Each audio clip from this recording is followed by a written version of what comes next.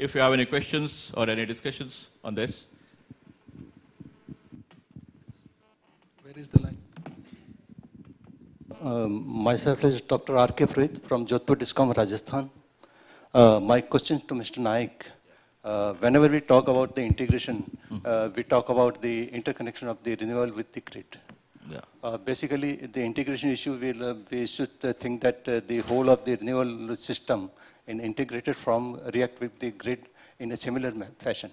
Yeah. Second question is that do you recommend any changes in the IEEE 1547? In fact, I just had a meeting last week on with the IEEE team in Bangalore.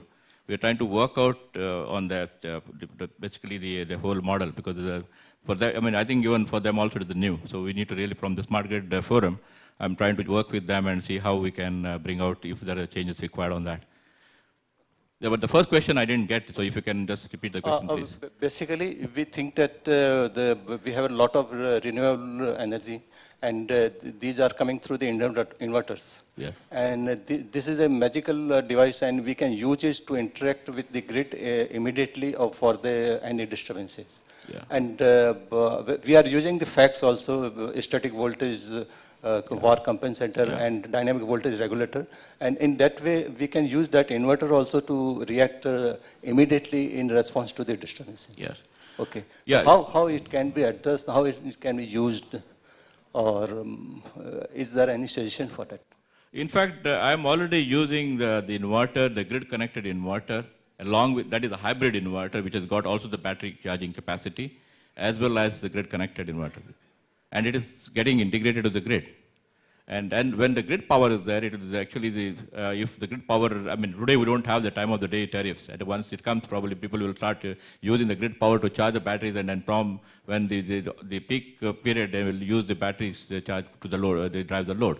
But today, that is not there. But in terms of the solution, yes, we have a solution which can work on the both sides. It can be connected to the grid as well.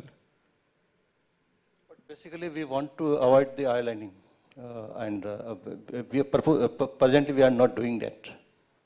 You want to island it? That should be possible to island. In fact, my office, I have just islanded with the solar grid. Yes, I can come in from the grid. I'm only connecting to the solar side. In office, in a small scale, it is possible. Yes. But for the wind integration, where in south a lot of wind is available, we can use that also. Yes. In fact, the Delhi, the IIT Delhi is already working on that, the similar solutions for the much larger application. Dr. Sukumar Mishra is already working on that as well.